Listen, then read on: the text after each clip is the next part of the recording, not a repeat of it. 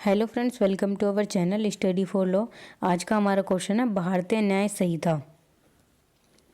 ये यहाँ पे न्याय है। भारतीय न्याय संहिता की धारा 3 सबसेक्शन 5 धारा 190 में अंतर बताइए। इन दोनों में अंतर बताना है। धारा 3 सब धारा 5 और धारा 190 इन दोनों में क्या अंतर है ये बताना है। ये क्वेश्चन मोस्टली आपसे पूछा जाता है। ये क्वेश्चन आपसे 20 नंबर में ज़्यादा पूछा जाता है। इसको अच्छे से रेडी कर लेना।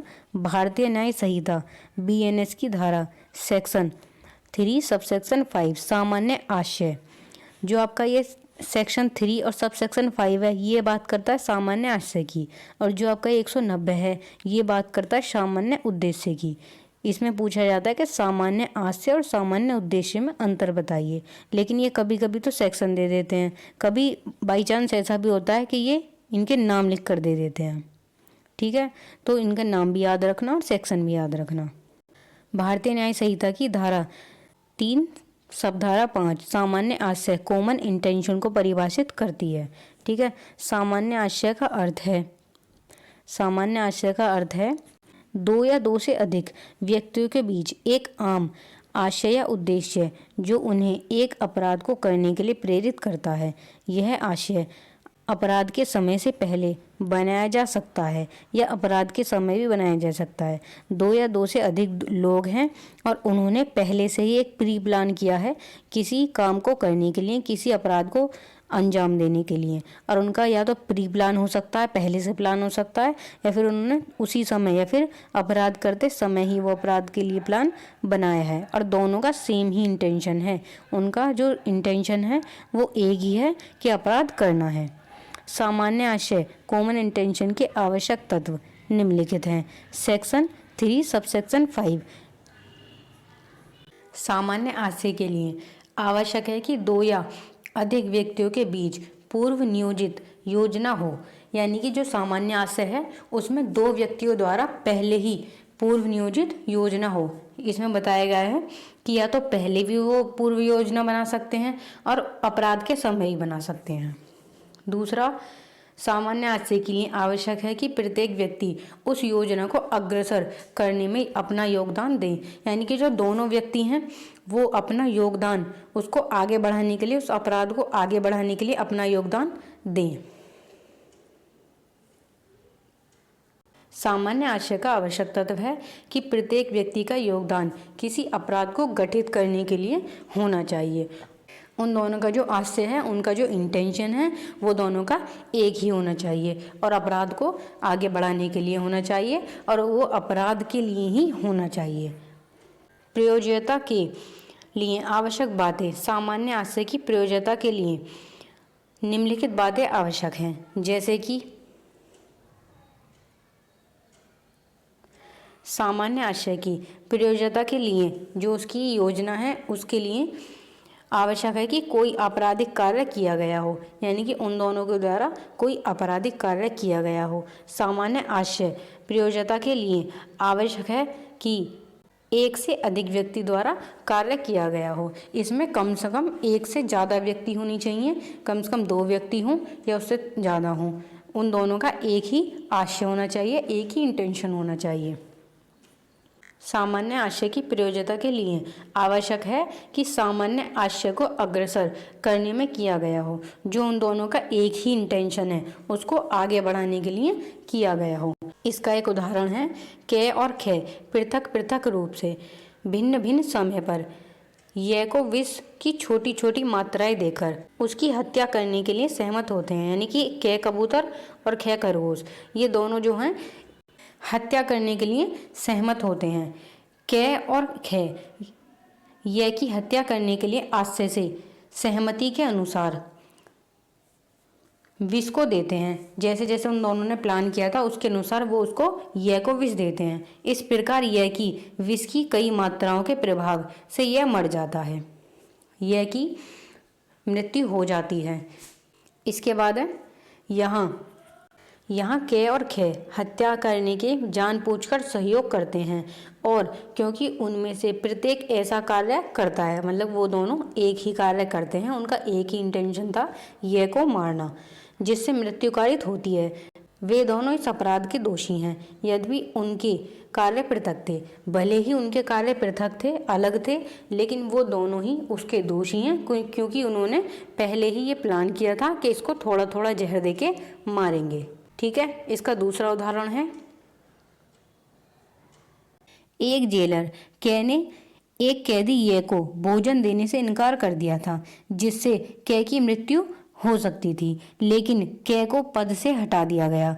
जो कै था वो एक व्यक्ति को उसने भोजन देने से मना कर दिया था जिसकी वजह से उसको उसके पद से हटा दिया गया था और खे उसका उत्तरवर्ती बना, यानी उसकी जगह पे कौन आ गया, खे। खे ने भी ये को भोजन देने से इनकार कर दिया जिससे ये की मृत्यु हो गई। इस मामले में खे हत्या का दोषी है क्योंकि उसने ये की मृत्यु कारित करने के आशय से ये कार्य किया था, लेकिन के हत्या के प्रयत्न का दोषी है। जो के है वो हत्या के प्रयत्न का दोषी है, हत्या की कोशिश करने का दोषी है, और यह क्या है, मर्डर का दोषी, क्योंकि उसने यह की मृत्यु कारित करने के आशय से कार्य किया था, लेकिन उसका कार्य यह की मृत्यु कारित करने के लिए पर्याप्त नहीं था।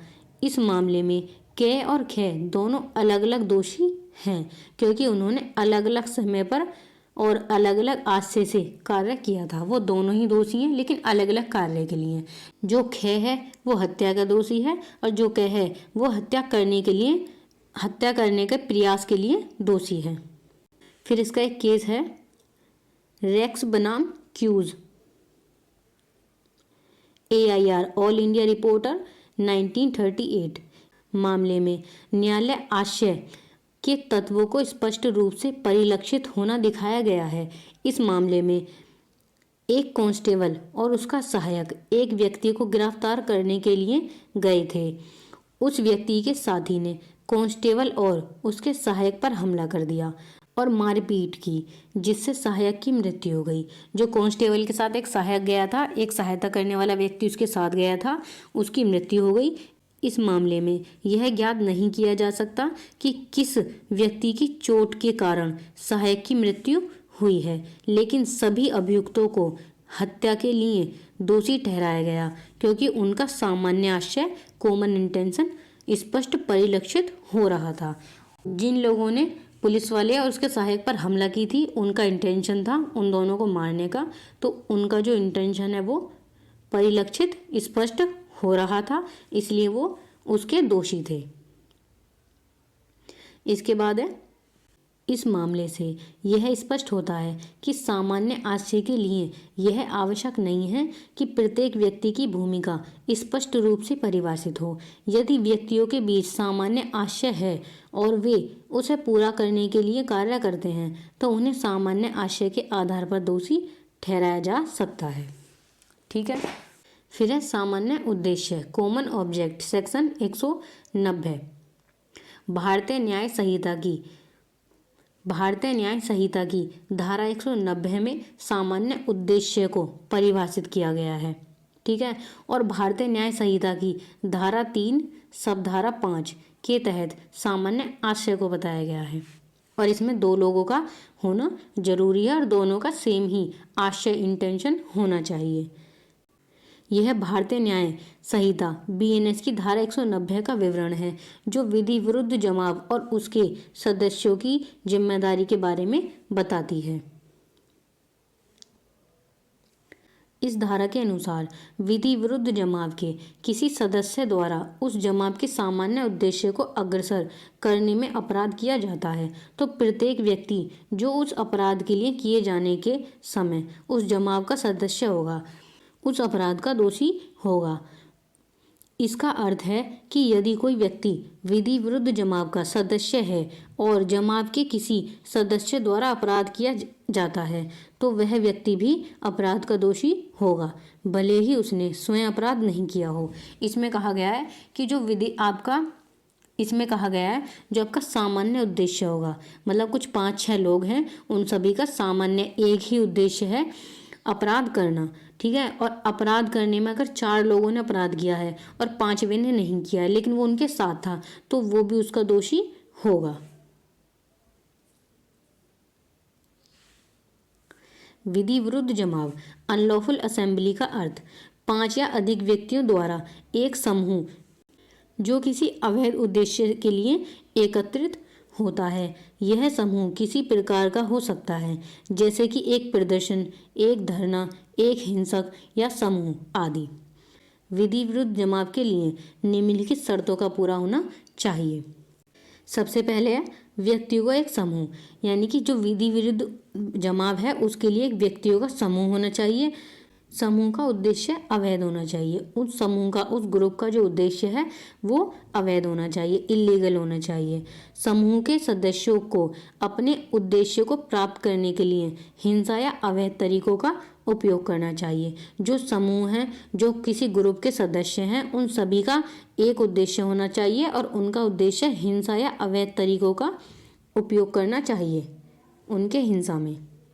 विधि विरुद्ध जमाव के उदाहरण, एक हिंसक प्रदर्शन जिसमें लोग सरकारी संपत्ति को नुकसान पहुंचाते हैं या जो किसी व्यक्ति को धमकी देता है, उसे नुकसान पहुंचाता है, और अवैध धरना जिसमें लोग सार्वजनिक स्थानों पर कब्जा करते हैं और यातायात को रोकते हैं, यानी कि वाहनों को वहां से रोकते हैं। तो ये क्या होगा, ये एक अवैध विधि विरुद्ध जमाव हो गया।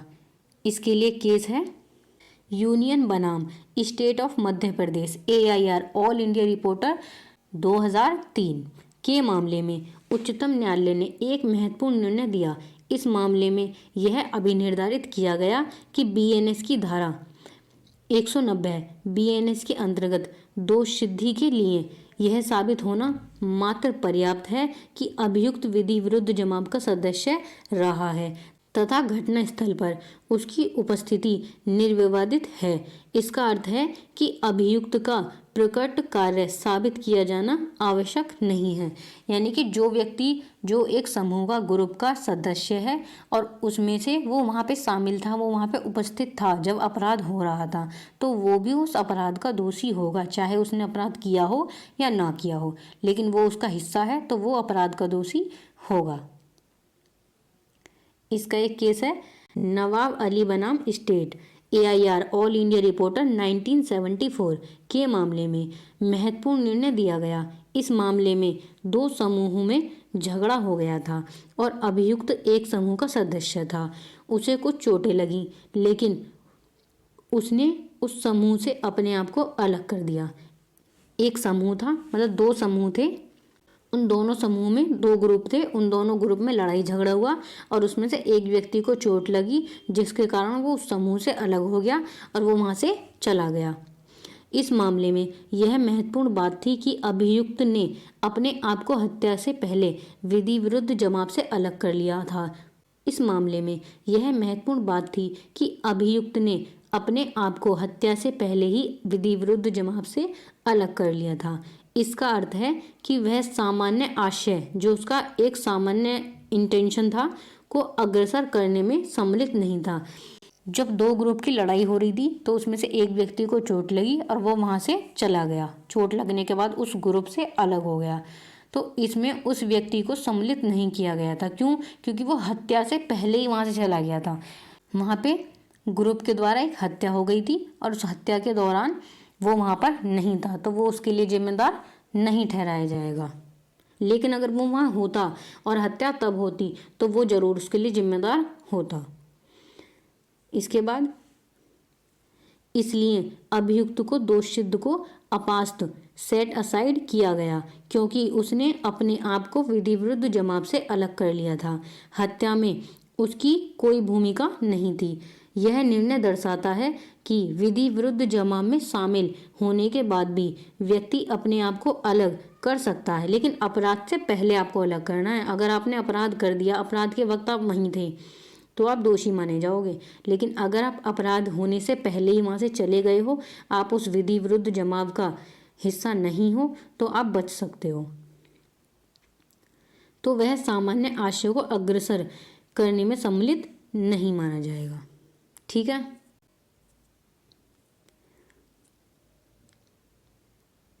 बस यहीं तक था ये क्वेश्चन। सामान्य आशय और सामान्य उद्देश्य, इन दोनों के बीच में अंतर पूछा जाता है। ठीक है, इन दोनों के सेक्शन याद रखना। 3 सबसेक्शन 5 में बताया गया सामान्य आशय को, ठीक है, और सामान्य उद्देश्य को बताया गया है 190 में। और इनके एक एक दो दो केस हैं और दो दो इनके उद्देश्य हैं और दो दो इनके उदाहरण हैं, उन दोनों को याद कर लेना और इनको। ठीक है, इसमें 2 व्यक्ति होने चाहिए, इसमें ज़्यादा व्यक्ति होने चाहिए, एक समूह एक ग्रुप होना चाहिए। ठीक है।